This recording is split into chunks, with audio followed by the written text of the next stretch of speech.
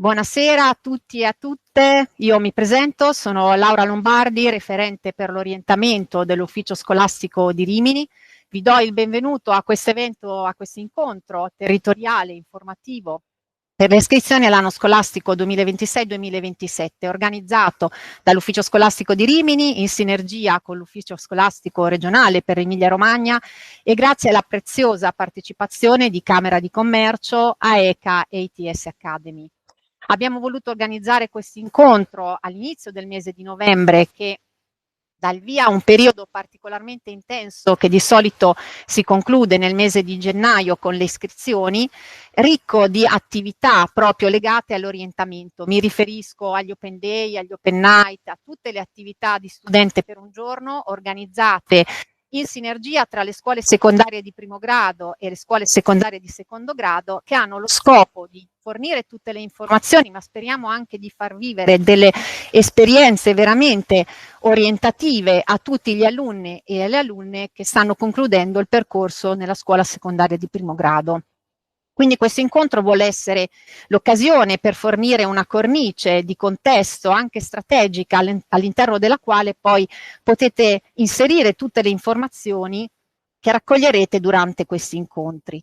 Prima di entrare nel vivo di tutti gli interventi, lascio con piacere la parola per i saluti di apertura al dirigente dell'Ufficio Scolastico di Rimini, dottor Giuseppe Foti.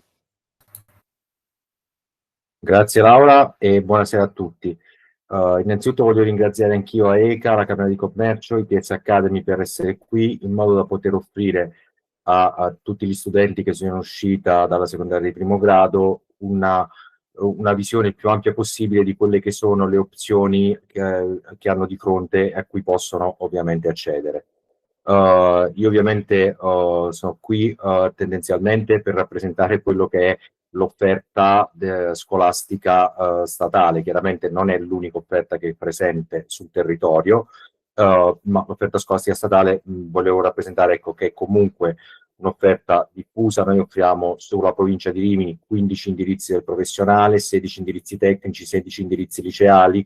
Abbiamo istituzioni secondarie di secondo grado in 6 comuni, la maggior parte chiaramente sono su Rimini, però ci sono opzioni che abbracciano tutto il territorio della provincia. Adesso lascio la parola di nuovo a Laura in modo che possa condurre chiaramente l'evento e insomma rimango qua in attesa sapendo già che insomma verrà rappresentato uno scenario più ampio possibile di quelle che sono le offerte scolastiche presenti sul territorio. Grazie. Grazie dirigente. Entriamo quindi nel vivo di tutti gli interventi dei nostri relatori che di nuovo ringrazio per la partecipazione e la disponibilità. Partiamo subito con il dirigente dell'ufficio quarto dell'ufficio scolastico regionale per l'Emilia Romagna, dottor Giovanni Desco. Prego dirigente. Grazie, mi unisco anch'io ai ringraziamenti, saluto tutti i genitori e i docenti che sono collegati con noi questo pomeriggio. Mi è stato chiesto di fare una panoramica della struttura complessiva del secondo ciclo e senza indugio condivido lo schermo, poi come sempre chiedo di farmi sapere se si vede. Ok, perfetto. Molto bene. Benissimo. Allora, l'offerta formativa di secondo ciclo e le opzioni di prosecuzione degli studi post diploma. Parto subito con una piccolissima, ma non voglio spaventare nessuno, slide sulle QF, solo per dire che anche nel nostro piccolo, nella scelta che dobbiamo fare per i nostri figli, per i nostri studenti, i consigli che dobbiamo dare ai nostri studenti, quindi io mi rivolgo soprattutto ai genitori e ai docenti di terza media, dobbiamo sapere, anche solo velocemente, ma dobbiamo essere consapevoli che il contesto in cui ci muoviamo è ormai un contesto molto ampio, grande almeno quanto l'Unione Europea. L'EQF altro non è che un sistema di classificazione di tutti i titoli di studio, di tutti i percorsi di studio dei paesi dell'Unione Europea articolato su 8 livelli, e questo consente di capirsi, diciamo, tra paesi la mobilità delle persone è sempre più elevata, e anche, consentitemi di capirsi, all'interno del paese Italia, vedremo dopo perché. Il livello 1 è il primo livello della scala e in Italia equivale al diploma di scuola media, quello che appunto tra pochi mesi i vostri ragazzi conseguiranno. Il livello massimo è il livello 8, che per l'Italia, un esempio di titolo di studio referenziato a livello 8, è il dottorato di ricerca. Ho già finito, non voglio spaventare nessuno. Dirigente, scusi se la interrompo, credo che noi non vediamo scorrere le slide. La slide è EQF, la vedete?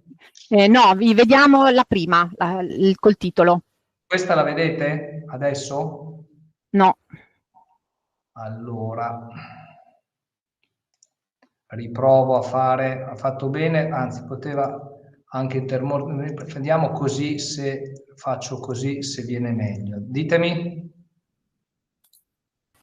Sì, adesso vediamo le QF. Perfetto, grazie infinite della segnalazione. Quindi l'EQF, il livello più basso è l'1 e per noi la terza media, il massimo 8 in Italia è referenziato il dottorato. Ho già finito con l'EQF, ma vedete che arrivo alla seconda slide e già capiamo il motivo per cui è importante, per orientarsi, a proposito di orientamento, nella selva di offerte e opportunità formative, conoscere l'EQF. Il primo ciclo si concluderà con l'EQF1, la licenza media.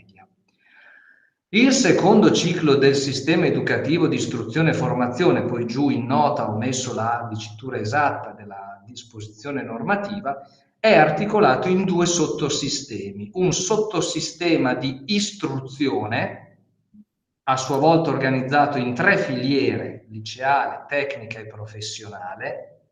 Tutte e 3 rilasciano un diploma di istruzione secondaria referenziato all'EQF4 e un secondo sottosistema chiamato IFP che rilascia qualifiche triennali EQF3 ma anche un diploma quadriennale EQF4. Vedete che qui non sto a insistere sulla durata, insisto sull'EQF, anche perché voi sapete, avrete senz'altro sentito dire che sono svariati anni e svariati governi che vengono promosse sperimentazioni, alcune solo per i tecnici professionali, altre anche per i licei, di compattamento più che riduzione del percorso scolastico quinquennale in 4 anni. Quindi è importante ragionare in che termini. Prima questione, il mondo del secondo ciclo è organizzato in 2 sottosistemi, i diplomi di istruzione secondaria e le qualifiche triennali e diplomi quadriennali di IFP. Il secondo passaggio importante è che si ragiona per EQF e non per durata, tant'è vero che, facciamo 2 esempi un po' agli antipodi nell'immaginario comune, la maturità di liceo classico che si consegue dopo 5 anni è referenziata all'EQF livello 4, così come un diploma IFP quadriennale di tecnico dell'agricoltura o della manutenzione è anch'esso referenziato all'EQF 4. Andiamo avanti velocemente. Una cosa importante è di tener già conto in occasione della scelta del percorso di secondo ciclo anche poi di che cosa può avvenire successivamente in termini di prosecuzione degli studi. E che cosa vediamo da questo punto di vista? Vediamo che un diploma di istruzione, liceale, tecnica o professionale, consente di iscriversi, poi ci sono i numeri chiusi, i talk, eccetera, però è un titolo valido per iscriversi, domandare di iscriversi a tutti i percorsi universitari, a tutti i percorsi di alta formazione artistica musicale, le accademie, i conservatori e così via. Ho riportato sotto i vari livelli EQF dei titoli che vengono rilasciati da questi percorsi. Sempre col diploma di istruzione secondaria si può accedere agli ITS Academy e si può anche accedere ai percorsi IFTS. Gli ITS Academy sono referenziati al livello 5 e 6, mentre i percorsi FTS, che sono di durata annuale, all'EQF4. Quindi vedete che all'EQF4 noi abbiamo sia i diplomi quadriennali IFP, sia i diplomi di istruzione secondaria e anche i corsi IFTS. Quindi il diploma di istruzione secondaria, che sia preso in 5 anni o che sia preso in 4 anni, consente di andare all'università, alle accademie e ai conservatori, consente di andare agli ITS Academy, che sono di durata biennale e rilasciano titoli, diplomi EQF5, alcuni ITS sono triennali, come le lauree triennali, e sono referenziati all'EQF6. Infine, sempre il diploma di istruzione secondaria consente di iscriversi a un percorso IFTS. Naturalmente stiamo solo qui concentrandoci sugli sviluppi di studi. Naturalmente si può poi evidentemente anche accedere sempre al mercato del lavoro, si può inserirsi nel mercato del lavoro. Cosa si può fare in termini di prosecuzione di studi con il diploma quadriennale di IFP? Si può accedere ai percorsi IFTS, quindi senza bisogno dell'esame di maturità statale, ma solo con il diploma quadriennale IFP si può accedere ai percorsi IFTS. Attraverso il percorso IFTS si può poi accedere all'ITS Academy. Si può anche accedere direttamente con il diploma IFP all'ITS Academy al pari di chi ha un diploma di istruzione secondaria per i percorsi IFP quadriennali che sono inseriti in una filiera 4+2. Mi soffermo un attimo su filiera 4+2, ne avrete penso tutti sentito parlare. Si tratta appunto di un'iniziativa recentemente portata a ordinamento, da sperimentazione che era diventata ordinamento, in cui i percorsi quinquennali di istruzione tecnica e professionale possono costituire partnership con gli ITS Academy e creare delle filiere tecnologico-professionali in cui, ma poi ne parlerà penso chi mi succederà per gli ITS, in cui gli ITS coprogettano il percorso quadriennalizzato e quindi si può andare dopo 4 anni direttamente, dopo aver preso la maturità, all'ITS Academy. Bene, anche i percorsi IFP che non portano alla maturità ma al diploma IFP, se partecipano a queste filiere tecnologico-professionali, daranno accesso all'ITS Academy. Tutto questo per arrivare a dire a che cosa? Per arrivare a dire che esiste una filiera che abbraccia il livello secondario di istruzione tecnica, istruzione professionale, scolastica, statale no perché c'è anche paritaria, diciamo, istruzione scolastica, professionale e tecnica e anche la IFP quadriennale che ha una naturale previsione di sviluppo, di prosecuzione degli studi per chi è interessato anche nella formazione terziaria, in particolare negli ITS. Vado veloce ma poi lascerò le slide e quindi si potrà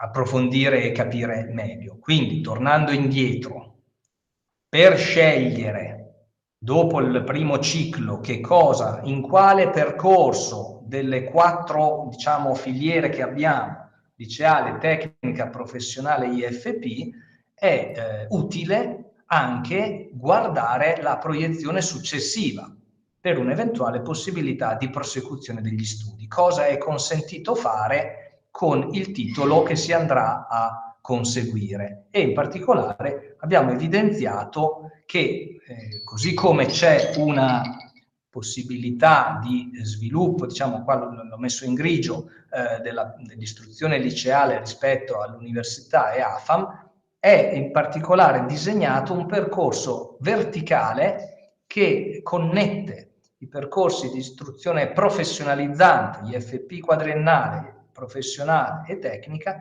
al mondo degli ITS. Vado velocissimo perché qui ne parlerà dopo chi per conto dell'ente IFP tratterà della IFP. Un piccolo focus sull'offerta IFP in Emilia Romagna.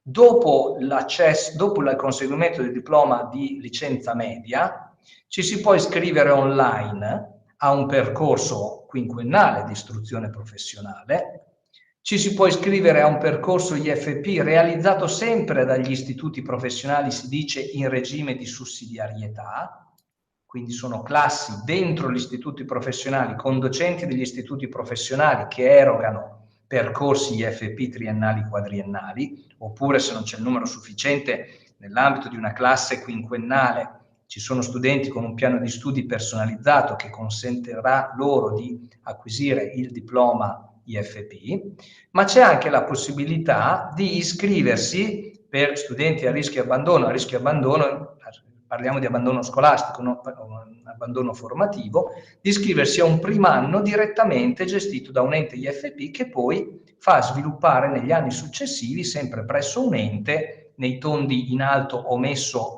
chi sono i soggetti che erogano questi percorsi, fino appunto a prendere il diploma IFP in un ente di formazione. Che conclusioni possiamo trarre da questa velocissima, mi rendo conto, carrellata? La prosecuzione degli studi a livello terziario non è uno sbocco naturale solo per l'istruzione liceale, ma è pensata anche per la filiera professionalizzante.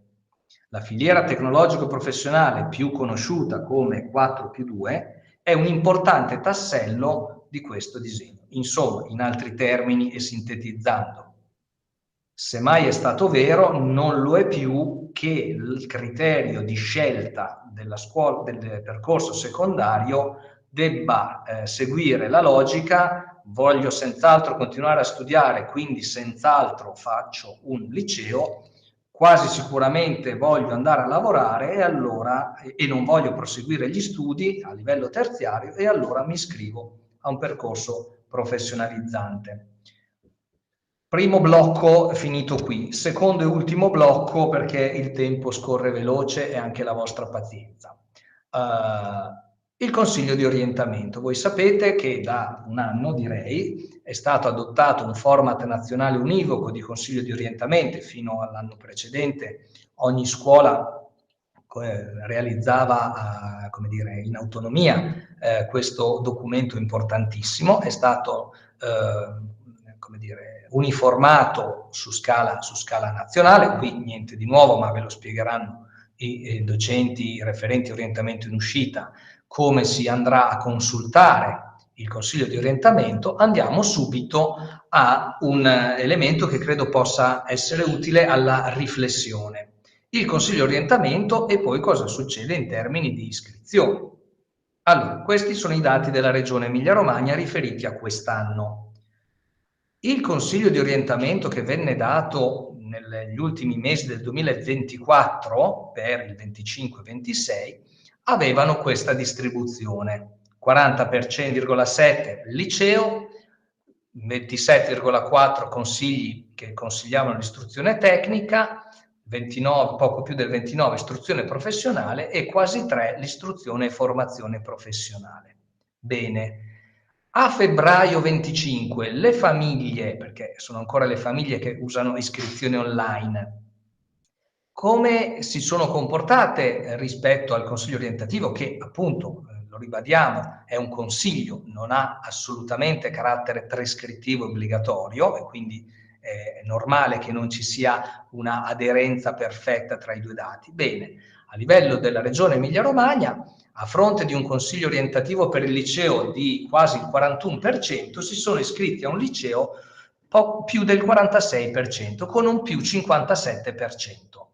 L'istruzione tecnica, che era consigliata nel 27,4% dei casi, ha visto registrare iscrizioni online per 36,2%, quindi un più 8,8%. L'istruzione professionale, che era stata consigliata a quasi il 30% dei ragazzi, in prima battuta a febbraio fu scelta solo dal 16%, con un meno 13,2%, e così via con l'istruzione e formazione professionale. Cosa è successo poi? Voi sapete che iscrizione online, poi, come dire, l'iscrizione viene perfezionata dopo che è stata acquisita la licenza media a giugno, dopo che vengono come dire, consolidati i dati di iscrizione. Vedete che i licei restano superiori a quello che era il consiglio orientativo, ma si riducono si riducono rispetto a, diciamo, al picco che avevano raggiunto in iscrizione online, cioè tra iscrizione online e poi l'effettivo avvio delle lezioni c'è un quasi 4% che ritorna sui suoi passi. Ritorna sui suoi passi per andare dove? Qui ho usato queste due frecce. Vanno un po' a ulteriormente aumentare rispetto al consiglio di orientamento gli iscritti all'istruzione tecnica, che arriva quasi a un più 10 punti percentuali, da 27,4 a 37,2, e vanno a confluire, a portare da 16% a 19,5% gli iscritti all'istruzione professionale, ma resta comunque quasi 10% in meno rispetto a quello che era stato il consiglio di orientamento. Cosa vogliono dire questi dati? Di per sé niente, soprattutto perché sono dati macroscopici che riguardano l'intera regione. Qui dietro alle percentuali immaginiamoci sempre che ci stanno 40.000 circa ragazzini in carne ed ossa.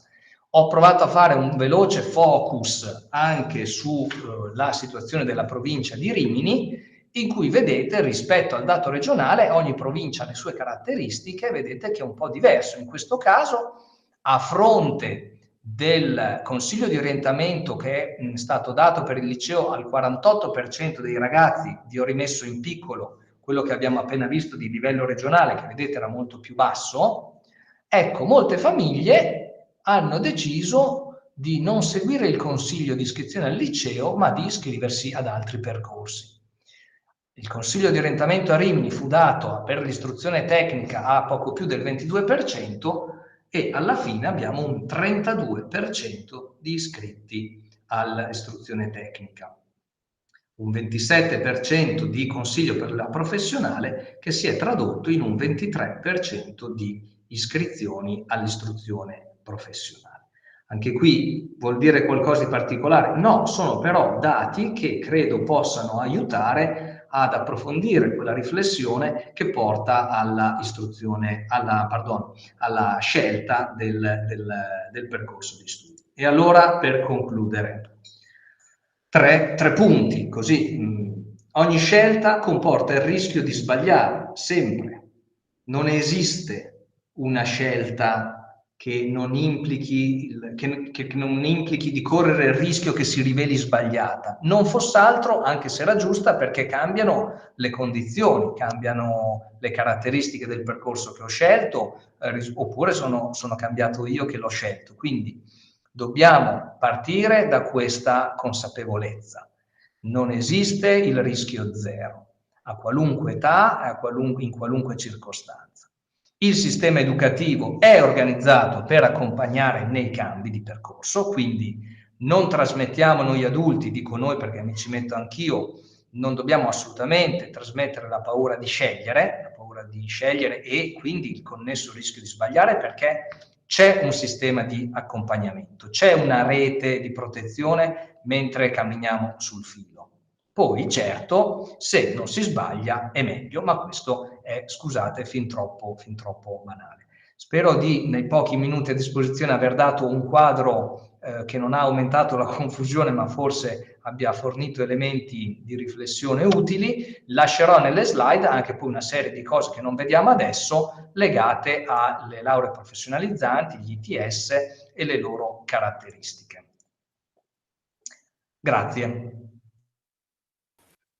Grazie dirigente per questa panoramica veramente molto esaustiva e completa, anche di dati che fanno assolutamente riflettere.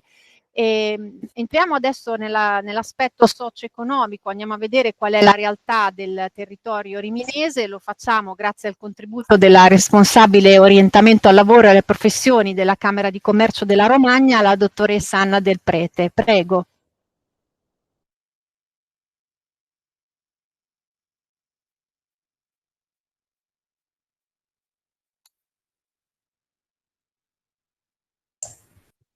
Eccomi.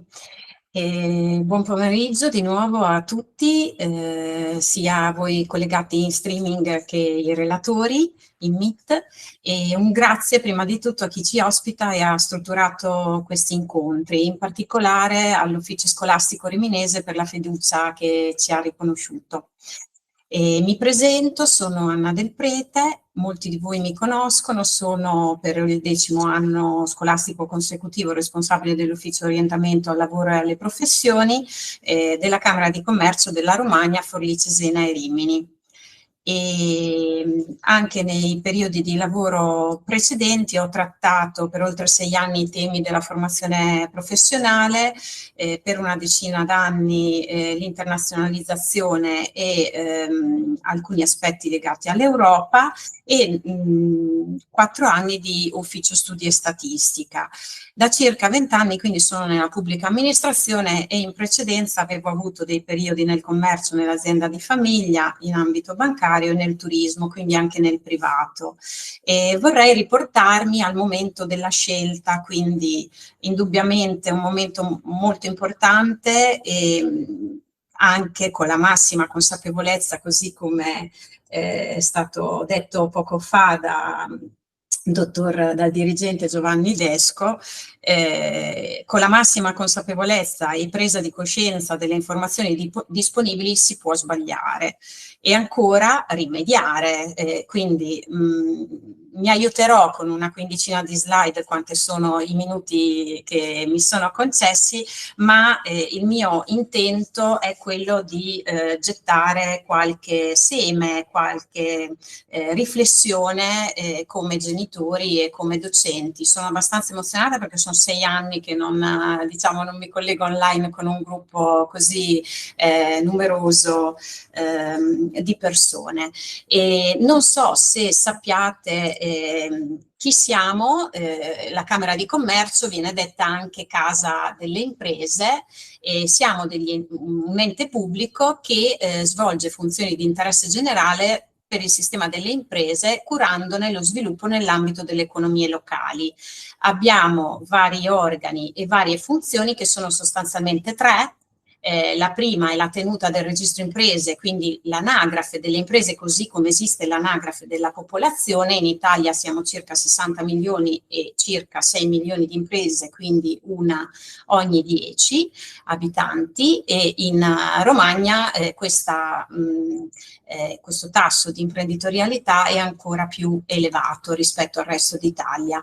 E un'altra funzione che abbiamo è la regolazione del mercato, che si traduce ad esempio con la parte legata ai marchi e brevetti, e la tutela del consumatore. Di solito qui è un po' meno conosciuta, però abbiamo degli ispettori metrici che si occupano di verificare la taratura degli strumenti di pesatura, delle pompe di benzina, la caratura dell'oro e dell'argento degli orafi. La parte di promozione economica del territorio è quella nella quale ci inseriamo come ufficio orientamento al lavoro e alle professioni, nel quale lavoro insieme ad altri 3 colleghi in team, e abbiamo una responsabile, Alessandra Roberti, che si collegherà quando ci sarà l'analogo incontro a quello di oggi per la provincia di Forlì Cesena. E la promozione si occupa sia di incentivare le imprese, sia di favorirne l'internazionalizzazione e di avvicinarle sempre più al mondo della scuola, della formazione, delle università, degli ITS. Quindi con l'orientamento al lavoro e alle professioni ci occupiamo del conosci te stesso e del conosci il mondo che ti circonda, e siamo inseriti in un sistema che è quello camerale. Nel simbolo che abbiamo le varie camere di commercio in giro per l'Italia ci sono tutte queste C che rappresentano le varie camere a mo' di fiore. Siamo inserite in un sistema che ad oggi conta 60 camere di commercio. Siamo stati accorpati quando non c'era un certo numero di imprese. Noi di questo territorio siamo insieme a Forlì Cesena nella Camera della Romagna. E viviamo un periodo di forti shock, cominciati con quello finanziario, proseguiti con il Covid, con le guerre. Adesso qui in questa slide ce n'era una singolare, ma sappiamo purtroppo quanti focolai ci sono in giro per il mondo, le alluvioni, e le opportunità a livello finanziario legate soprattutto al PNRR. Le transizioni sono sia quella digitale sia quella green, e quella che ha l'impatto più devastante è proprio quella demografica, e questo riguarda moltissimo i vostri ragazzi, perché in qualche modo si trovano, si potrebbe dire, avvantaggiati, cioè in proiezione, se guardiamo questo 2027, ogni 100 studenti ci sono 115 offerte di lavoro, questo significa che tra qualche anno, anche quando usciranno dal periodo della scuola dell'obbligo scolastico, dell'obbligo formativo, i vostri ragazzi avranno, come dire, il coltello dalla parte del manico, perché si troveranno ad avere moltissimi che li cercano e potranno in qualche modo decidere in base alle proprie aspirazioni cosa fare e da chi andare, in base anche alla realizzazione dei propri desiderata. C'è questo tema, in un seminario, cerchiamo di farne uno all'anno, nell'ultimo che abbiamo fatto l'11 febbraio, avevamo portato con un ciclo di incontri Romagna Generazioni al Lavoro il tema il lavoro tra inverno demografico e divario generazionale. Ci sono 5 generazioni contemporaneamente presenti al lavoro e questo crea nuove sfide, nuove opportunità anche per i vostri ragazzi. Il tessuto economico locale è formato da 70.000 imprese attive e ci sono dei grafici, alcune torte, che hanno sulla sinistra l'incidenza in base al numero delle imprese, e se ipotizziamo di avere 3 macro settori e vediamo l'agricoltura incide per circa un 12% come numerosità delle imprese, la manifattura che comprende l'industria e le costruzioni, qui vengono riportati i codici ATECO, che sono i codici attività economica, che vengono utilizzati dall'Istat e anche nel registro imprese.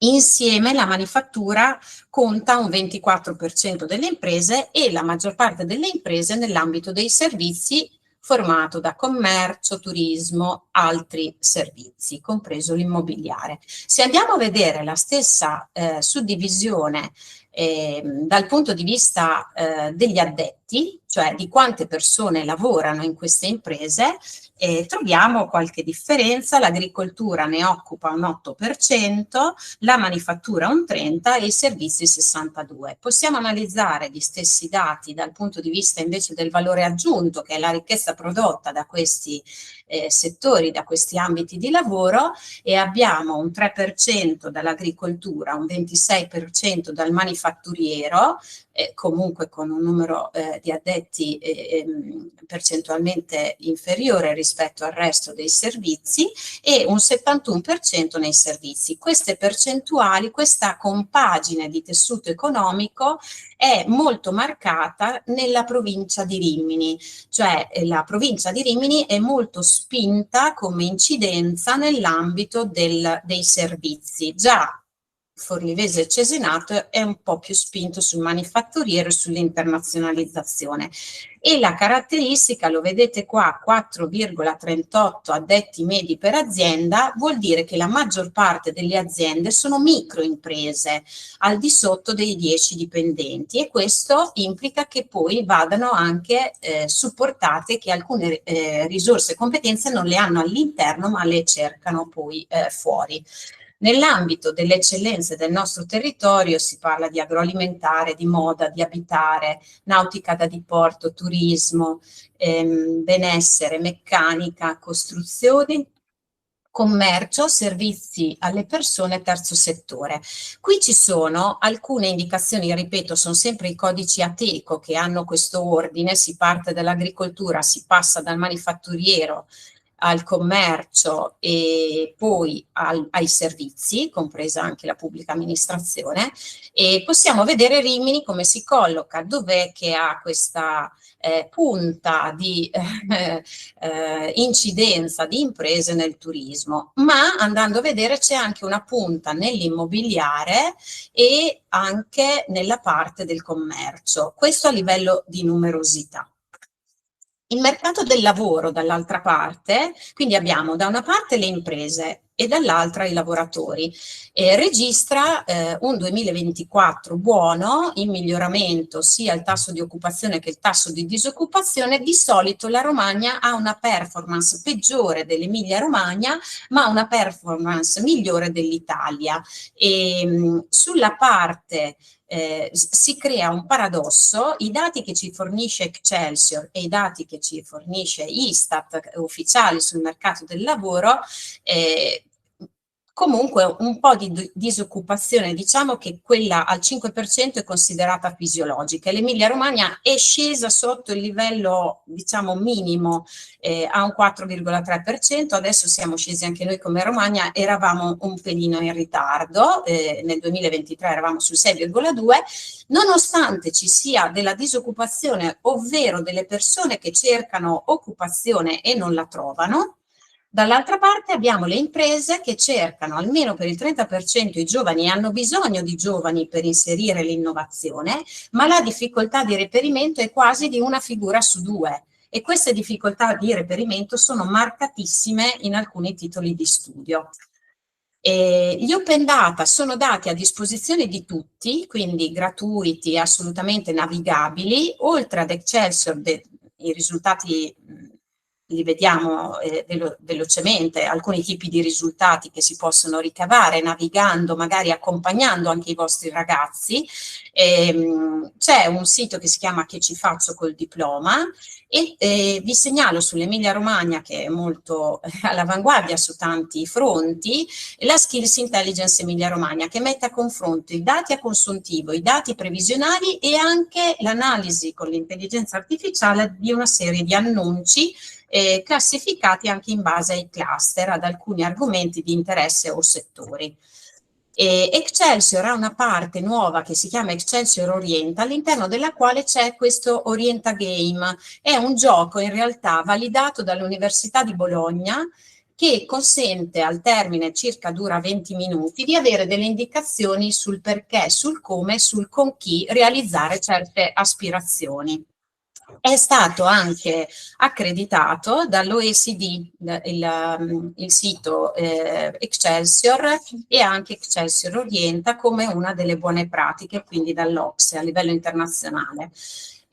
Alcuni risultati. Allora, a livello nazionale le imprese cosa cercano? Cercano 12,5% laureati, 1,5% ITS, 28% diplomati, 38% in possesso di qualifica. Se vado a vedere però le difficoltà di reperimento in percentuale, le più alte sono sugli ITS, addirittura il 61%, vengono seguite dalle lauree e dalle qualifiche.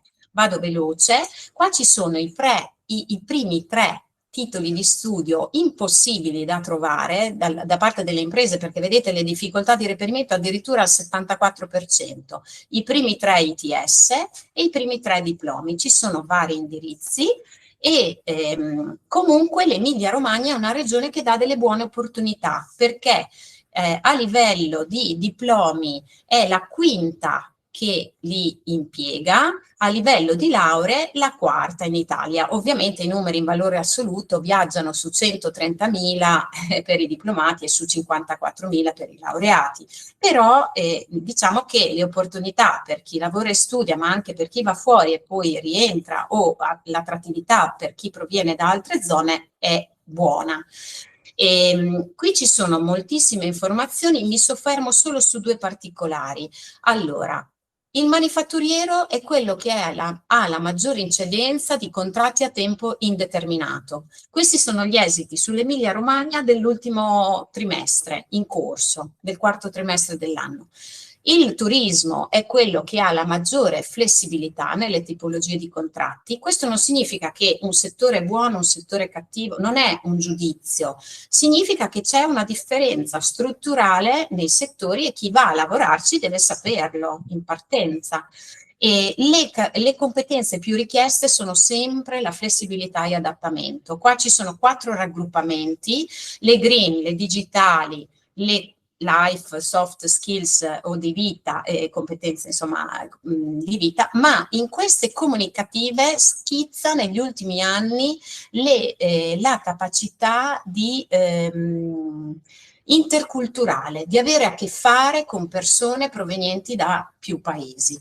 Qua vedete confermato anche in Emilia-Romagna la prevalenza nel settore dei servizi. Questo è un esempio di banca dati professioni. Anche qui si può andare a navigare, qui l'esempio è gli specialisti in contabilità, ma anche le professioni sanitarie riabilitative. Si può selezionare la regione e vedere quante sono e quali sono le caratteristiche di queste figure, con anche i link. I ragazzi sempre le richiedono alle retribuzioni annue lorde medie di ingresso, e si vede che nel corso degli anni chi ha i titoli di studio più elevati ottiene dei contratti migliori o anche delle retribuzioni di ingresso migliori. Quindi in generale è buonissimo proseguire a studiare gli studi, e comunque le imprese cercano anche chi non li prosegue pur specializzandosi. Questi sono i 10 diplomi più richiesti in provincia di Rimini e le 10 maggiori difficoltà di reperimento, e si vede la differenza che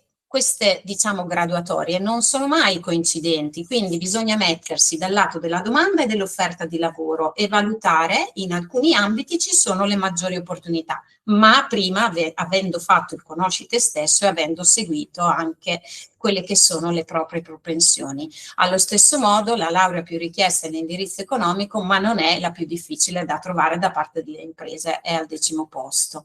E vi lascio con quest'ultima, diciamo, la mail è il nostro riferimento come ufficio se avete delle domande o degli approfondimenti. Vi segnaliamo anche che facciamo uno sportello orientamento online, è possibile prenotare l'appuntamento. Qui abbiamo riportato altre iniziative, la guida, il gioco a lavoro, ve lo volevo far vedere prima, l'ho avvicinato alla telecamera, è un origami indovino. E quindi noi datati ce lo ricordiamo, e anche i ragazzi di adesso comunque si possono divertire e imparare alcune informazioni come quelle che sono state illustrate. Abbiamo una newsletter mensile, abbiamo dei progetti con le medie, con le superiori e con l'università, e questi Romagna Generazioni al Lavoro sono, diciamo, con il logo blu dedicati alle imprese, col logo arancione dedicati alle scuole. Grazie, non so se sono stata nei tempi, mi scuso se sono andata oltre. Perfetta, perfetta. Tra l'altro vedo in quest'ultima slide citato anche il territorio e la scuola, che è proprio il progetto che in collaborazione insieme presentiamo alle scuole, quindi mi fa piacere. Adesso trattengo un attimo la parola per farvi vedere quali sono gli indirizzi di studio effettivamente presenti nella provincia di Rimini. Lo faccio condividendo il mio schermo. Allora ditemi se si vede.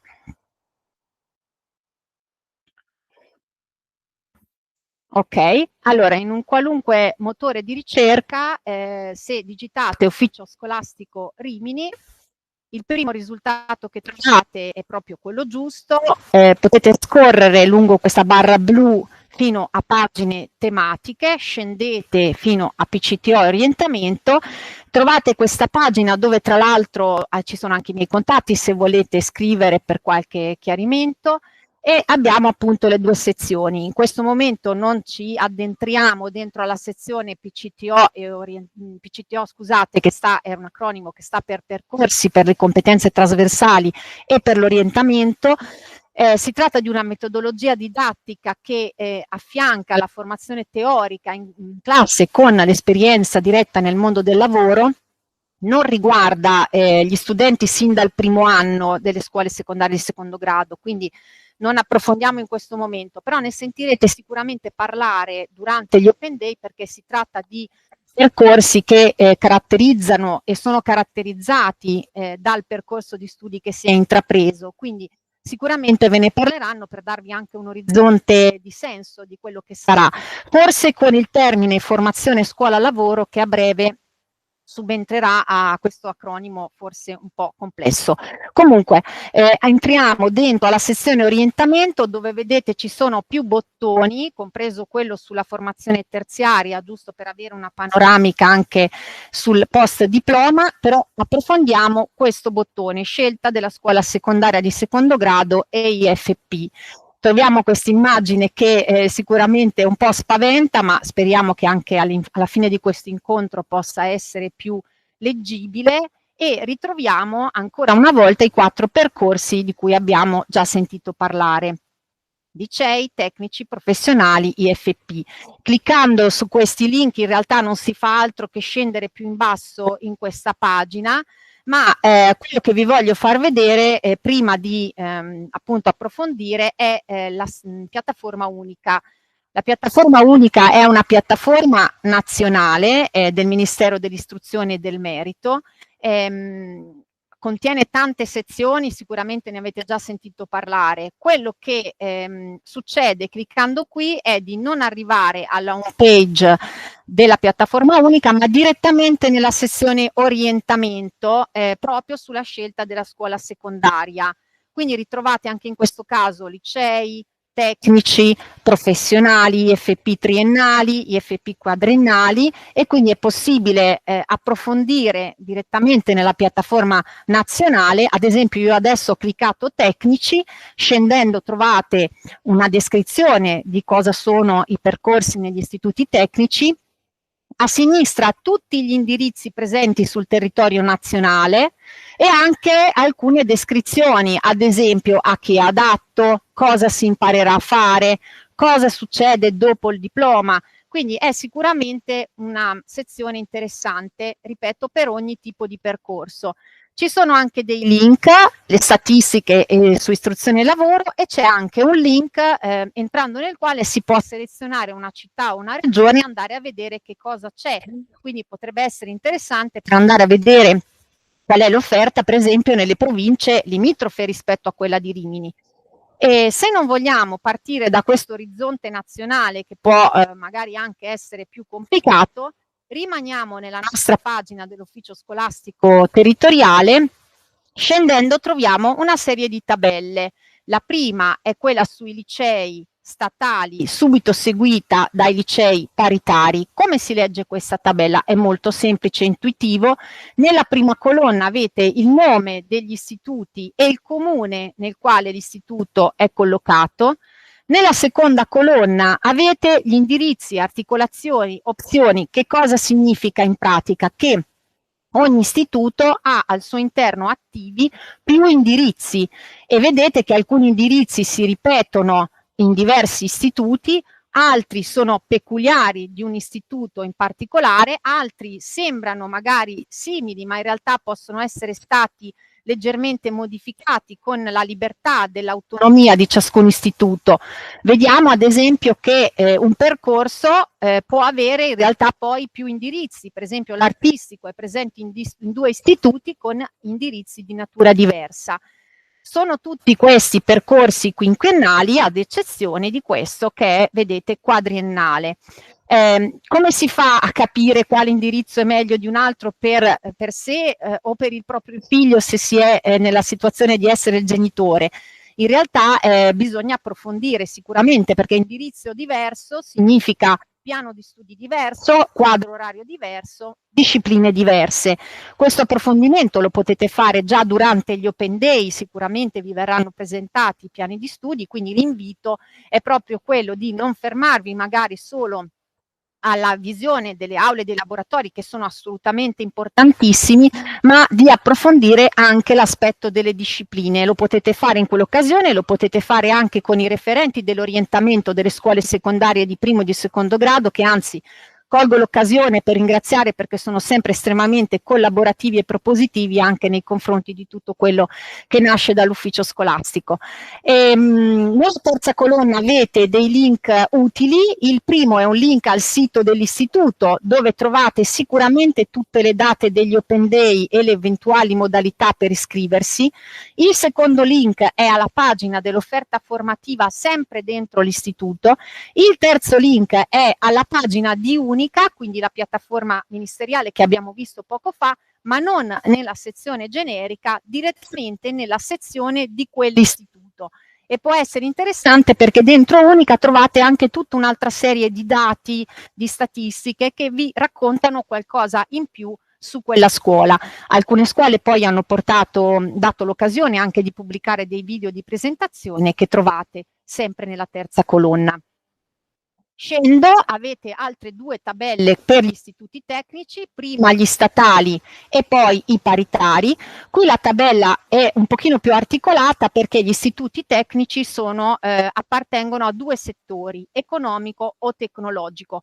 Come vedete alcuni istituti hanno attivi entrambi i settori, altri hanno attivi un settore solo, ma la cosa importante da analizzare è la terza colonna, cioè qual è l'indirizzo che si intraprende nel primo biennio. E anche qui potete andare a vedere che ci sono alcune personalizzazioni fatte con la quota dell'autonomia, ci sono alcuni indirizzi come l'indirizzo turismo del settore economico che è presente in un solo istituto a Rimini, e poi ci sono alcuni indirizzi che si chiamano in un determinato modo nel biennio e restano con lo stesso nome anche nel triennio, mentre altri hanno un'articolazione con un nome differente. Anche in questo caso qual è il messaggio? Che entrando nel triennio il quadro delle discipline, il quadro orario cambia, per cui nonostante non sia una cosa che succede quest'altro anno nell'immediato, perché stiamo parlando delle iscrizioni al primo anno, è importante anche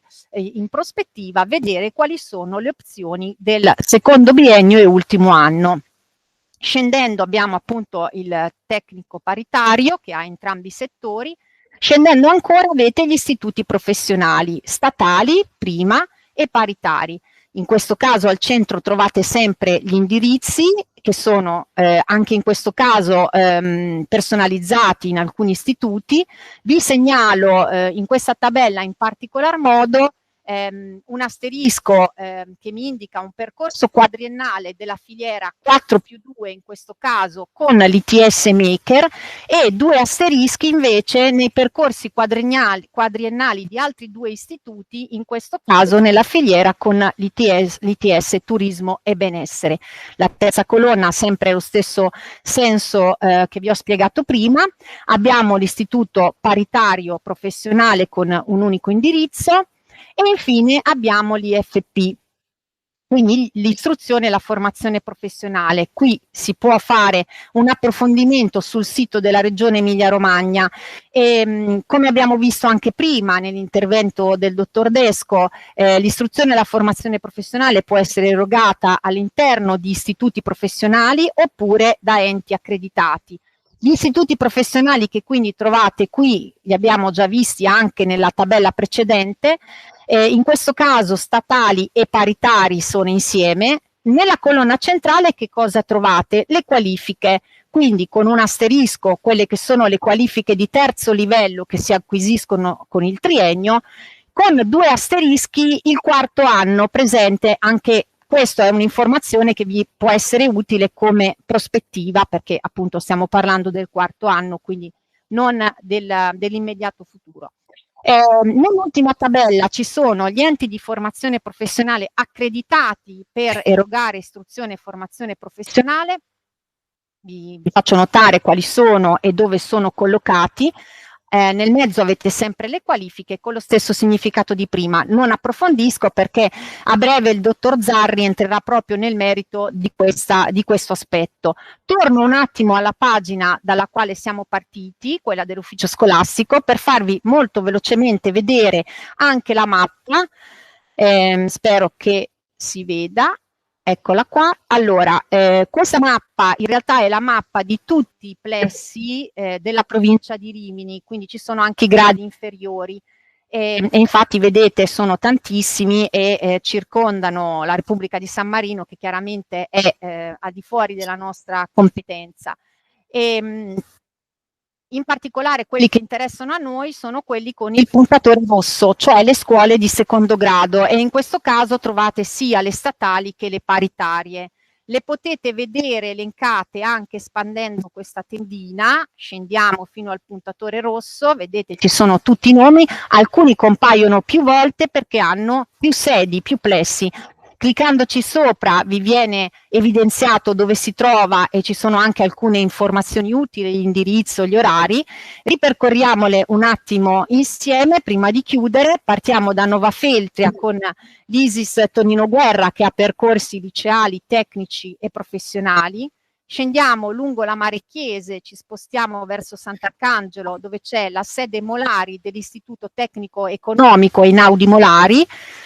Poi a Rimini Nord, Bellaria e Gemarina, abbiamo la sede del professionale alberghiero Malatesta. Scendiamo lungo il lungomare verso sud, ci fermiamo a Viserba dove abbiamo un importante polo, la sede Einaudi del professionale Einaudi Molari, la sede del liceo Serpieri, artistico e scientifico, e la sede recentemente dedicata a Giulietta Masina del liceo linguistico ed economico-sociale.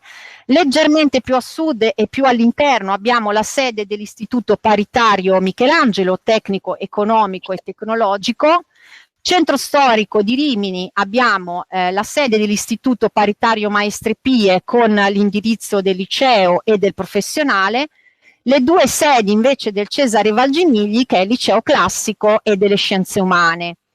Ancora andando a sud vicino all'ospedale, la zona della Colonnella, abbiamo, vedete, diversi istituti vicini, il Belluzzi da Vinci che è il tecnico tecnologico con diversi indirizzi attivi, l'Istituto Professionale Alberti, anch'esso con diversi indirizzi, compresa la filiera 4+2 con l'ITS Maker, il liceo Einstein scientifico e musicale coreutico con la sezione musicale e l'Istituto Tecnico Economico Valturio. Poi andiamo fronte mare, questa è la sede dei licei paritari Caris, scientifico, linguistico e classico.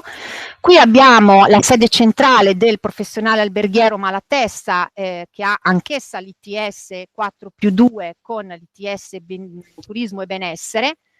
La sede dell'Istituto Marco Polo, che è l'unico economico di turismo, scusate.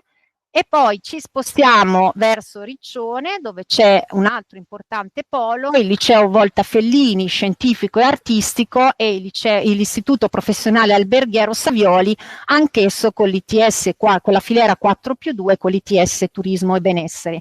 Chiudiamo ritornando nell'entroterra a Morciano di Romagna con le due sedi del Gobetti De Gasperi che è un istituto che ha percorsi liceali, professionali e tecnici. Questo è quanto, mi scuso per le molte informazioni, ma queste pagine sul sito sono a vostra disposizione e sempre disponibili. Adesso interrompo la condivisione, quindi devo tornare qua, ecco. E lascio la parola per l'approfondimento a cui ho fatto cenno poco fa al direttore di AECA, il dottor Michele Zarri. Prego. Buonasera a tutti. Inizio con un ringraziamento all'ufficio scolastico territoriale di Rimini, all'ufficio scolastico regionale che hanno congiuntamente programmato e pensato queste iniziative che a mio parere non hanno solo un carattere informativo ma hanno proprio un intento di condividere una visione complessiva che possa permettere alle famiglie e agli studenti, a tutti coloro che si occupano anche e hanno a cuore le scelte dei giovani, di poter raccogliere stimoli, idee, progetti e, perché no, anche chiarire eventuali dubbi rispetto ai percorsi dei giovani. Mi presento, io sono Michele Zarri, mi occupo di formazione da qualche anno, diciamo, e per AECA sono direttore dell'area formazione, orientamento, IFP e formazione superiore. L'idea di portare un contributo oggi nasce dalla possibilità di condividere all'interno di un quadro orientativo legato alle scuole, di arricchire anche questo quadro con quella che è l'offerta degli enti che realizzano il sistema di istruzione e formazione professionale. Lo faccio attraverso una presentazione che vado a condividere e, come ai colleghi, chiedo un riscontro rispetto alla condivisione, soprattutto perfetto, soprattutto rispetto alla possibilità che le slide girino. Un attimo solo. Eccomi qua. Allora, parto da una premessa, perché è importante scegliere con consapevolezza. Diciamo che abbiamo identificato in questa presentazione 3 elementi. Di fatto l'orientamento è caratterizzato innanzitutto da alcune sfide: l'insicurezza, l'ansia, scelte non informate, e credo che queste siano nella assoluta normalità del panorama delle possibili scelte che un giovane e la relativa famiglia possono incontrare. Partire da un contesto di chiarificazione delle informazioni può senz'altro aiutare almeno a far sì che l'ansia rispetto a un panorama non informato ci possa essere. Quello che è importante è garantire nella visione complessiva l'importanza di guardare avanti con una visione progettuale. Nessuna scelta è irreversibile. Di sicuro fare una buona scelta, come è emerso prima, è garanzia anche di una sicurezza e anche di una qualità rispetto a una visione progettuale su se stessi e sul proprio percorso di vita. In questo è fondamentale il ruolo di chi accompagna i giovani, cioè le famiglie, i docenti e tutti coloro, ovvero tutti gli adulti significativi che a vario titolo rappresentano una presenza importante nella vita dei giovani. Affiancare i giovani significa anche non solo dare loro gli strumenti per compiere la scelta corretta, ma capire in che termini e in che modo questa scelta può essere davvero fatta con consapevolezza. Le opzioni dopo la terza media, ovvero dopo la scuola secondaria di primo grado, l'abbiamo vista nella panoramica presentata precedentemente anche dalla dottoressa Lombardi e dal dottor Desco. Accanto appunto all'offerta formativa di licei, istituti tecnici, istituti professionali statali, si colloca anche il sistema di istruzione e formazione professionale che, come abbiamo visto, può essere realizzata sia da istituti professionali che da enti di formazione accreditati. Ci tengo a sottolineare come, pur avendo durate diversi, indirizzi formativi diversi, indirizzi di studio diverso, tutti i percorsi hanno pari dignità e pari valore. Che cos'è il sistema IFP? Abbiamo detto che è un acronimo e significa appunto istruzione e formazione professionale. È innanzitutto un sistema formativo gratuito finanziato con fondi europei. La Regione Emilia-Romagna ha scelto di fare in modo che il Fondo Sociale Europeo finanzi in Emilia-Romagna oramai da tanti anni tutto il comparto dell'offerta formativa del sistema IFP realizzato dagli enti. È un sistema ordinamentale, significa che attraverso il sistema IFP è possibile non solo assolvere l'obbligo di istruzione, ma anche il diritto-dovere all'istruzione e alla formazione, regolato appunto da regioni e Stato. Quando parliamo di percorsi IFP parliamo di percorsi di 2 livelli, percorsi triennali per l'acquisizione di qualifiche di terzo livello EQF, e qui richiamo la tabella presentata con efficacia dal dottor Desco, e percorsi di quarto anno per l'acquisizione di qualifica con valore di diploma di quarto livello EQF. Entrambi questi percorsi possono essere realizzati sia da istituti scolastici che da enti di formazione accreditati. Il sistema di istruzione e formazione professionale è caratterizzato da che cosa? Prioritariamente da una forte componente laboratoriale e da una percentuale di ore di stage che in alcuni casi è diciamo di percentuale identica alle ore di aula, in alcuni casi si avvicina rimanendo sotto la soglia del 50%. Possono essere realizzati in apprendistato e sono percorsi che appunto sono caratterizzati prioritariamente dall'acquisizione di un titolo di qualifica professionale. Dove si colloca il sistema IFP in Emilia-Romagna? Diciamo che la scelta della regione Emilia-Romagna è stata di impostare il comparto complessivo dell'offerta finanziata a livello formativo all'interno di una infrastruttura in cui ci sono 4 segmenti a cui corrispondono 4 colori e che hanno scelto di essere collocati graficamente all'interno di un simbolo che è appunto un albero che ha di per sé alcune caratteristiche. L'albero ha diverse diramazioni, ha diverse possibilità di fioritura. L'albero però rappresenta anche un percorso di vita che può essere alimentato, può crescere in funzione anche di quello che è il nutrimento di ogni segmento. Dicevo, ad ogni colore corrisponde una tipologia di percorso. Il sistema di istruzione e formazione professionale è il primo proprio perché in quanto formazione iniziale si rivolge alla platea dei più giovani, dei giovanissimi. Il sistema di istruzione e formazione si rivolge appunto a tutti gli studenti che scelgono di intraprendere un percorso formativo successivo alla scuola secondaria di primo grado. La rete politecnica, e lo vedremo anche nella presentazione successiva dei colleghi delle fondazioni ITS, raggruppa tutto il tema della formazione finanziata successiva appunto alla formazione, all'istruzione secondaria di secondo grado, quindi post diploma, percorsi FTS, percorsi ITS realizzati dalle fondazioni. L'alta formazione e ricerca è il comparto che include anche la formazione legata a dottorati di ricerca che anche in Regione Emilia-Romagna finanzia, e poi l'ultimo segmento, quello arancione, è dato dal comparto di tutto il sistema dei servizi per il lavoro.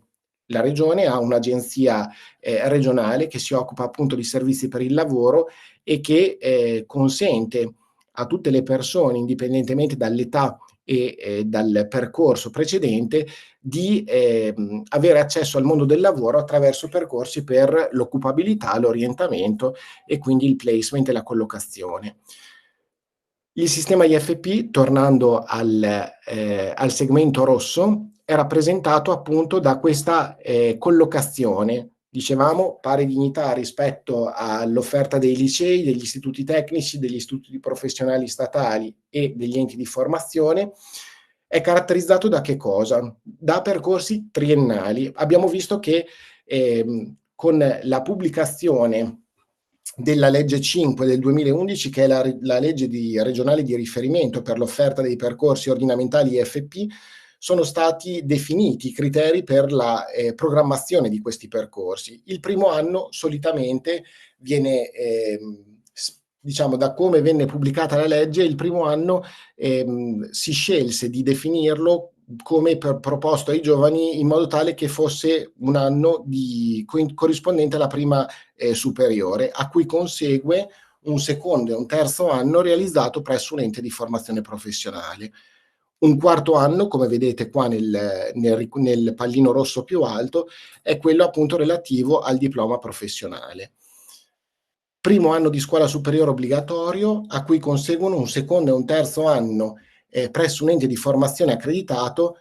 Questo significa appunto che un ragazzo in uscita dalla scuola secondaria di primo grado deve per forza scegliere un primo anno di un istituto professionale. Inizialmente, quando venne pubblicata la legge nel 2011, fu proprio così: si scelse di proporre a tutti i giovani di frequentare un primo anno di scuola superiore a cui far conseguire un secondo e un terzo anno presso un ente di formazione accreditato. Negli ultimi anni si è scelto di innovare questo sistema, arricchendolo attraverso alcune proposte formative di una novità che è stata introdotta nel 2018 e che quindi da 7 anni viene realizzata presso gli enti di formazione. Ho rubato questa slide al dottor Desco e lui lo sa, da alcuni mesi l'ho vista in un convegno a Parma e quindi ho chiesto a lui di poterla utilizzare proprio per consentire una presentazione di quello che è ad oggi il panorama del percorso IFP, che prevede già per gli studenti in uscita dalla scuola secondaria di primo grado di accedere alla formazione professionale attraverso un percorso propedeutico IFP. Come vedete, appunto, parallelamente agli istituti statali e paritari professionali e agli istituti professionali che erogano percorsi IFP, nelle due colonne centrali c'è il segmento della formazione professionale realizzata dagli enti. Da che cosa è caratterizzata? Nella terza colonna vedete che c'è questo percorso IFP a sé stante che ha una valenza orientativa e che, come vedremo di seguito, è accessibile a tutti gli studenti che in uscita dalla scuola secondaria di primo grado decidono di iscriversi a un percorso di formazione professionale con un intento di poter poi proseguire nella formazione il loro percorso per l'acquisizione di una qualifica e poi, volendo, di un diploma. Che caratteristiche ha questo percorso? È un percorso annuale, che è un percorso che ha due connotazioni principali: un profondo e deciso lavoro sull'orientamento all'interno delle diverse qualifiche che vengono proposte all'interno del territorio, e una seconda dimensione che è caratterizzata dal rafforzamento di tutte le competenze di base e trasversali, in modo tale che al termine di questo primo anno un ragazzo possa scegliere di proseguire il suo percorso all'interno di un secondo e terzo anno presso un ente di formazione accreditato del territorio di Rimini o di qualsiasi territorio. Come si accede? Fino a 2 anni fa le iscrizioni venivano fatte attraverso moduli che venivano inviati dalle segreterie delle scuole secondarie alle segreterie degli enti di formazione. Dallo scorso anno, ovvero dalle iscrizioni di gennaio 2025, anche la IFP è stata ricompresa all'interno del portale di iscrizione unica, all'interno del quale sono ricomprese tutte le qualifiche del territorio di Rimini, così come sono state ricomprese tutte quelle di ogni provincia, e una famiglia può scegliere di iscrivere il proprio figlio al percorso propedeutico IFP sapendo che questo percorso ha carattere puramente orientativo. Il lavoro che viene fatto attraverso il propedeutico, come vedete anche in questa schematizzazione, consente l'accesso ad un biennio IFP a cui conseguono, e qui li vedete in filiera, tutti i successivi titoli che sono acquisibili interamente nel sistema finanziato formativo della Regione Emilia-Romagna. Oltre al biennio IFP, appunto per l'acquisizione di una qualifica di terzo livello EQF, è possibile acquisire anche una qualifica con valore di diploma di quarto livello EQF e poi 2 percorsi che rientrano in quello che prima era il segmento verde della rete politecnica, per cui il percorso IFTS di istruzione e formazione tecnica superiore e, volendo, un percorso ITS realizzato dalle fondazioni ITS. Questo per dare un'esemplificazione anche grafica di quello che in termini di prospettiva anche la formazione professionale può garantire, nell'ottica appunto di fare in modo che un ragazzo abbia diverse possibilità in ognuna di queste, in ognuna delle acquisizioni di queste qualifiche. Dal punto di vista grafico, mi rendo conto, l'offerta finanziata dei percorsi IFP è un'offerta apparentemente frammentata. Un primo anno propedeutico, un biennio formativo IFP per l'acquisizione di una qualifica, un quarto anno per l'acquisizione di un diploma, un percorso IFTS, un percorso ITS. Per realizzare un percorso di studi di 5-6 anni vanno acquisiti 5-6 titoli. In realtà è apparentemente frammentato. Ci rendiamo conto che chi segue la formazione spesso, nella stragrande maggioranza dei casi, sono giovani che hanno bisogno di maturare anche rispetto al rinforzo delle proprie competenze e quindi anche di lavorare sul senso di riuscire e di sentirsi capaci di acquisire un titolo, sentirsi capace di proseguire nel piano di studi. Man mano che si acquisiscono questi titoli, cresce anche nel giovane il senso di possibilità e quindi anche il senso di riuscire nel proprio percorso di studi. È apparentemente frammentato, ma di sicuro avere titoli a stretto giro, a breve raggio, consente loro di familiarizzare col senso di possibilità. I percorsi propedeutici IFP hanno una durata di 990 ore, sono progettati appunto nelle logiche di gruppo classe aperto e funzionale all'inserimento nel secondo e terzo anno. Come dicevo prima, hanno una connotazione fortemente orientativa e prevedono la strutturazione di un luogo formativo e orientativo territoriale su base provinciale. I destinatari di questo percorso possono essere appunto, come dicevamo, 14-15 anni in possesso del titolo di licenza media, che è un titolo vincolante appunto per l'accesso al percorso. Sono giovani anche a rischio di dispersione con fragilità e necessità di orientamento. Possono essere anche minorenni stranieri non inseriti nel sistema scolastico che possono essere inseriti in questo percorso. Sono esclusi gli studenti che hanno frequentato un primo anno della scuola di secondo grado o dei percorsi IFP, perché appunto sono giovani che hanno già frequentato un anno parallelo della stessa valenza. Come dicevo prima, i percorsi propedeutici IFP sono stati introdotti nel 2018 e inizialmente furono 9, uno per provincia. Dall'anno scorso i numeri e le richieste di accesso a questo percorso sono cresciuti in maniera decisa e quindi ad oggi sono circa 300, anzi sono poco più di 300, i giovani che nel territorio regionale hanno scelto di frequentare un percorso di questo tipo. Nel territorio di Rimini il riferimento è dato dalla Fondazione Nait Zavatta, che è presente proprio a Rimini città, e sono 3 i referenti che sono stati inseriti in questa presentazione, che sono anche i contatti che condividerò anche con la dottoressa Lombardi, in modo tale che anche questa presentazione possa essere una base di riferimento per poter contattare appunto Lucia Grassi, Marco Gianfrini o Giovanna Scaparrotti, qualora ci siano famiglie interessate ad approfondire il tema, ad avere un confronto o semplicemente a conoscere l'esperienza del percorso propedeutico. Gli obiettivi del percorso sono appunto la promozione del successo formativo, la prevenzione della dispersione, il rafforzo delle competenze di base e, non nascondo, anche l'attivazione di reti territoriali tra i territori. Concludo facendo riferimento al fatto che l'offerta formativa IFP, ma questo l'ha fatto vedere anche prima la dottoressa Lombardi, è caratterizzata nel territorio di Rimini da 17 qualifiche. Al momento ho condiviso l'offerta formativa delle qualifiche in corso, per una ragione semplice. La Regione Emilia-Romagna programma l'offerta formativa IFP su base triennale. A brevissimo dovrà uscire il bando per il rinnovo dell'offerta formativa delle qualifiche per il triennio 2026-2029 e quindi ad oggi l'unico dato di cui siamo in possesso è l'offerta attualmente in corso, che immagino non verrà stravolta per il prossimo triennio, però di fatto è l'unico riferimento che abbiamo. Sono appunto 17 corsi attivi realizzati dagli enti che sono stati fatti precedentemente vedere dalla dottoressa Lombardi e che sono ricompresi nel sito che integra sia l'offerta di istruzione che quella di formazione.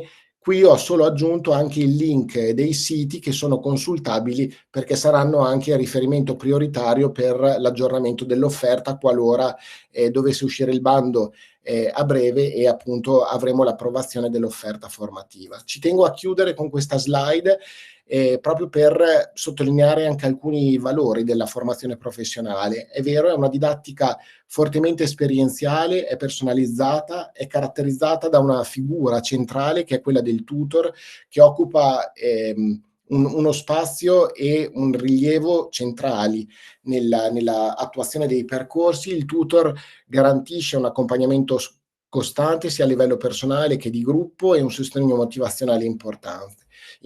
Lo stage in azienda è già realizzato dal secondo anno e ha una percentuale che si avvicina al 50% in quasi tutte le annualità, ha un'alta percentuale di occupabilità e lo vedevamo anche prima dai dati della Camera di Commercio, e di sicuro garantisce un sistema di collegamento e passaggi tra i diversi segmenti della formazione e l'istruzione tecnica secondaria. Io vi ringrazio moltissimo della pazienza, dell'ascolto e rinnovo la mia gratitudine anche per questo invito, che per me è stata un'occasione davvero di scambio e arricchimento anche personale. Grazie ancora. Grazie dottor Zarri, cercheremo di tenere aggiornata anche la pagina dell'ufficio scolastico ed anzi colgo l'occasione per dire che anche le scuole possono ancora fare delle variazioni per la proposta 26-27, quindi è assolutamente una situazione da tenere monitorata. Adesso li abbiamo nominati tantissime volte, quindi per sentire parlare degli ITS da chi nell'ITS vive, lascio la parola al dottor Bartoli. Grazie. Grazie Laura. Sì, ci avete nominato abbastanza spesso. Adesso ovviamente le nostre informazioni sono un po' forse precoci, perché il nostro percorso ITS, come spesso è stato detto insomma dai vari interlocutori che mi hanno insomma preceduto, è un percorso che c'è al termine o di una scuola superiore o di un percorso IFP completato anche dal quarto anno. Diciamo così, il fatto di essere molto al centro dell'attenzione attualmente, perché il corso ITS è ben visto dal sistema politico, ma in sostanza anche dalla formazione professionale, perché garantisce un alto livello un'alta percentuale di occupabilità. Questo perché insomma i corsi ITS sono, diciamo così, nati una quindicina di anni fa più o meno, e risentono molto delle esigenze del tessuto imprenditoriale, industriale, insomma un manifatturiero del territorio in cui sono collocati. E in Emilia-Romagna, ma poi anche in tutta Italia, sono nati più o meno, insomma, sono oltre 180 fondazioni ITS che in Emilia-Romagna si sono un po' fuse e concentrate, ne sono rimaste 7 in Emilia-Romagna, ma sono tematiche, quindi ognuno di loro si occupa di un suo tema, di una sua area di competenza. Per quanto riguarda la nostra regione, ci sono più o meno, credo che siamo su oltre 60 tipologie diverse di corsi, suddivise in tante province. In Emilia-Romagna e di conseguenza poi, diciamo così, nel territorio riminese ci sono attualmente 2 percorsi che facciamo come ITS Maker, poi c'è un percorso sul turismo e un percorso sulla moda, e mi risulta che ce ne siano anche altri in gestazione. E quindi un percorso che comincia ad avere sempre più importanza, perché comincia a ritagliarsi i suoi spazi. Come funzionano i corsi ITS? Allora, intanto per accedervi è necessario possedere un diploma di scuola superiore di qualsiasi genere, quindi non c'è assolutamente distinzione. Vanno bene anche i diplomi ovviamente dei percorsi che durano 4 anni, quindi 4 più 2 ha un po' questo effetto di accorciare un po', diciamo così, l'ingresso anche negli ITS. Chiaramente sono partiti lo scorso anno, quindi ancora non hanno prodotto, diciamo, iscritti per noi, ma comunque nemmeno potenziali allievi, ma vedremo nel corso del tempo come andrà queste soluzioni che sono state individuate, di accorciare in qualche maniera un po' l'arrivo anche al mondo del lavoro. E quindi questi corsi, che sono stati, diciamo così, arrivano dopo la conclusione di un percorso attraverso un qualsiasi genere di istituto scolastico, che può essere dal liceo alle scuole superiori, anche diverse rispetto alle aree nella quali i ragazzi poi vengono ad iscriversi. Durano 2 anni. In realtà è un po' di meno, perché noi veniamo misurati in ore, quindi sono 2000 ore, che di solito non corrisponde esattamente proprio 2 anni, ma diciamo più o meno 20-21 mesi. Tutta l'Emilia Romagna ha una certa uniformità, quindi più o meno la stagione delle iscrizioni va dalla primavera fino all'autunno. Abbiamo appena chiuso, insomma, le nostre selezioni qualche settimana fa, e da qui a breve partiranno i nostri corsi. Quindi da novembre fino a luglio di 2 anni successivi si completerà poi questo percorso. Noto che spesso, come quasi tutti, insomma, non conoscono assolutamente cosa sono gli ITS. I ragazzi sono i primi, quelli che ci vengono a cercare, non sono tanto i loro genitori, a volte neanche gli insegnanti sanno, se non in misura ridotta, quella che è sanno della nostra presenza. Sono gli stessi ragazzi che si informano, e questo crea ovviamente una situazione per la prima volta, insomma, li vediamo protagonisti nelle loro scelte, perché spesso quando si iscrivono da noi ci dicono: beh, ho fatto quella scuola lì perché in qualche maniera ero indotto dalle scelte dei miei genitori, o volevano che facessi quella scuola, però l'ho finita ma non mi andava bene, adesso voglio scegliere io invece quello che voglio fare. E quindi quello che proponiamo è ben visto ovviamente dai ragazzi, che sono molto motivati, e soprattutto anche dalle aziende, perché li ricercano. E quindi i tecnici specializzati che noi in qualche maniera portiamo sul mercato del lavoro sono figure che sono richieste anche dalle aziende stesse, che hanno in qualche maniera un po' promosso le fondazioni e di conseguenza questi corsi. Io avevo fatto qualche piccola slide giusto per far vedere come siamo distribuiti in Emilia Romagna. Vediamo un po' se riesco a condividere.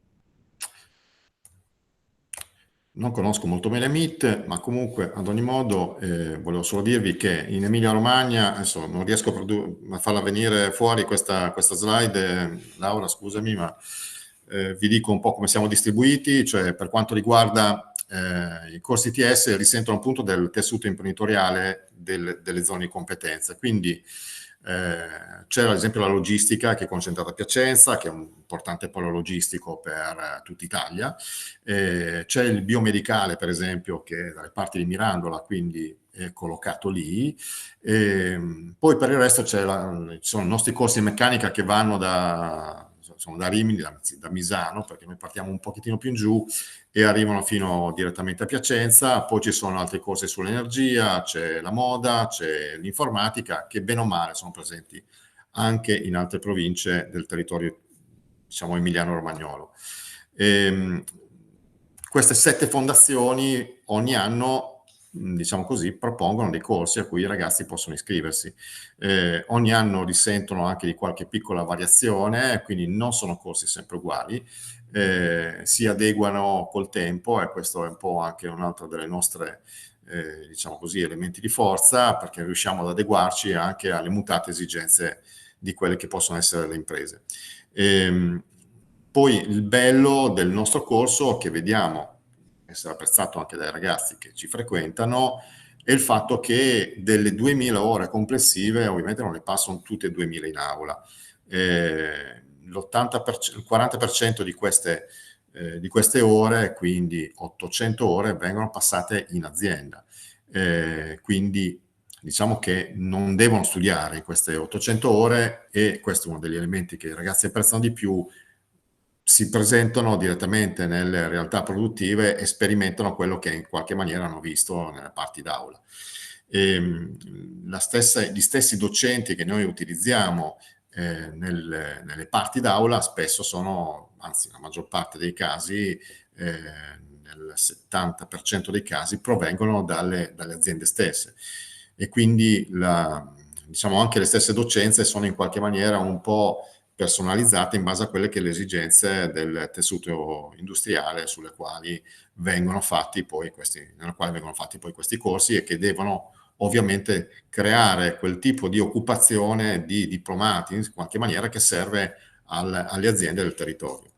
E se questo non si innesca come meccanismo, ovviamente succede che le aziende non ci chiamano, gli iscritti non ci sono, e quindi di conseguenza io penso che il sistema andrebbe un po' in difficoltà. In realtà noi in questi anni abbiamo sempre aumentato sia il numero di corsi, questo inteso diciamo come mondo ITS, non solo ovviamente come la nostra area meccanica, ma comunque negli anni sono aumentati, quindi significa che il sistema individuato come tipologia di studio e di formazione funziona.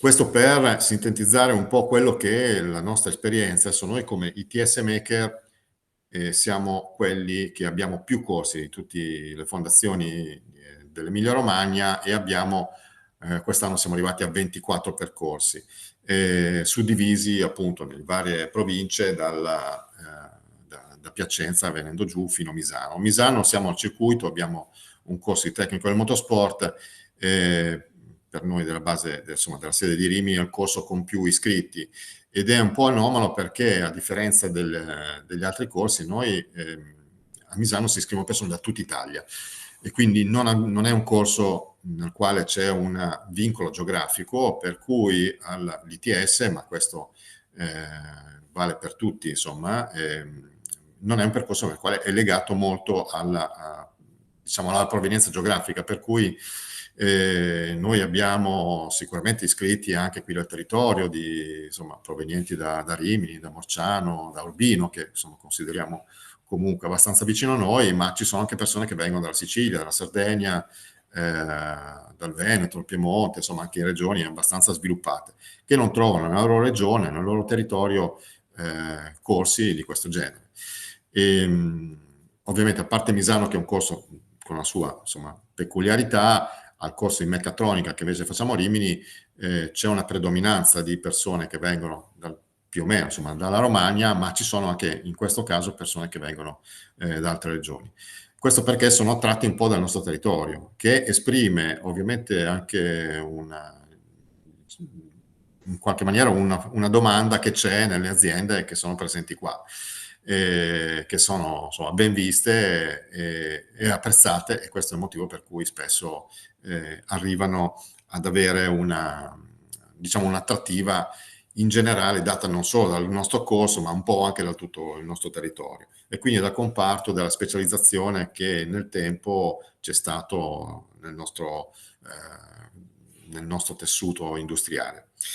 E l'altra cosa che volevo segnalare è che appunto i nostri corsi vengono molto fatti in collaborazione hanno una buonissima partnership con le aziende, e questa cosa si riverbera anche nell'interesse che spesso scateniamo nei nostri allievi, che si trovano poi ad avere, diciamo così, facciamo rinascere in loro anche la voglia di studiare.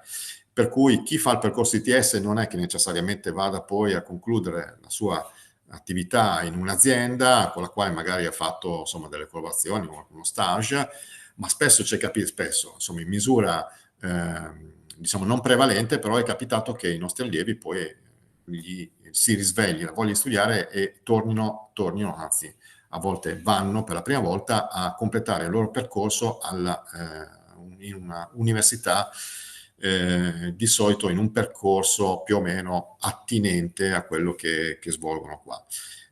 Questo è facilitato dal fatto che comunque quasi tutte le università riconoscono dei crediti formativi e quindi hanno diciamo, un'agevolazione, una sorta di scorciatoia per arrivare alla laurea, alla prima laurea, insomma, o addirittura insomma, anche proseguire attraverso anche la magistrale. È una cosa che nel tempo abbiamo visto, a parte i primi anni, ultimamente ci capita abbastanza frequentemente, per cui diciamo così, la loro voglia e le loro conoscenze che hanno maturato un po' più praticamente, un po' più sul campo, genera questo effetto di voler acquisire ancora, non essere sazi di formazione con i 2 anni che fanno in un ITS, ma di voler diciamo, completare un pochettino il loro percorso, anche comprendendo un epilogo in qualche università. E quindi questa è una cosa che insomma, per me è positiva. Se i ragazzi vanno a lavorare nelle aziende, bene, siamo contenti, ma anche se in qualche maniera gli facciamo venire questo desiderio di completare gli studi in qualcosa che va un po' al di fuori della nostra diciamo destinazione finale, ci fa comunque capire che abbiamo fatto forse bene un po' di attività qui dentro.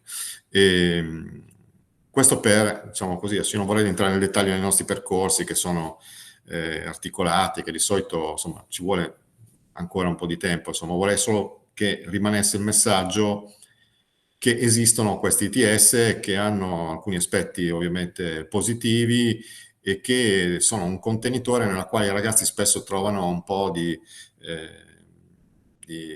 gioia in quello che può essere l'apprendere cose che magari non hanno visto o che non hanno potuto vedere durante il loro percorso scolastico. E quindi sapere che esiste questo contenitore, adesso poi immagino i genitori che possono ascoltare questo nostro intervento ancora non si pongono questo problema, però sappiate che insomma, quando è il 3° o 4° anno magari risvegliare loro questo ricordo che c'è anche questa eventuale possibilità. Grazie, questo proprio perché l'orientamento non inizia e non finisce qua, insomma. Aggiungo solo che nella pagina dell'ufficio scolastico da cui siamo partiti prima c'è proprio anche il bottone sulla formazione terziaria dove sono riportati link anche alle fondazioni ITS e anche alle università e gli AFAM, quindi c'è tutta la possibilità di indagare anche tramite l'ufficio scolastico. Abbiamo sforato di pochissimi minuti, ma penso ne sia valsa assolutamente la pena. Io ringrazio di nuovo tutti i partecipanti e anche tutti i relatori che hanno assolutamente con professionalità e direi anche passione trasmesso insomma tutti i contenuti secondo me necessari per realizzare questa cornice strategica di cui abbiamo parlato all'inizio. Vi auguro una buona serata e siamo disponibili comunque tramite i canali che avete visto. Grazie. Grazie. Grazie, arrivederci.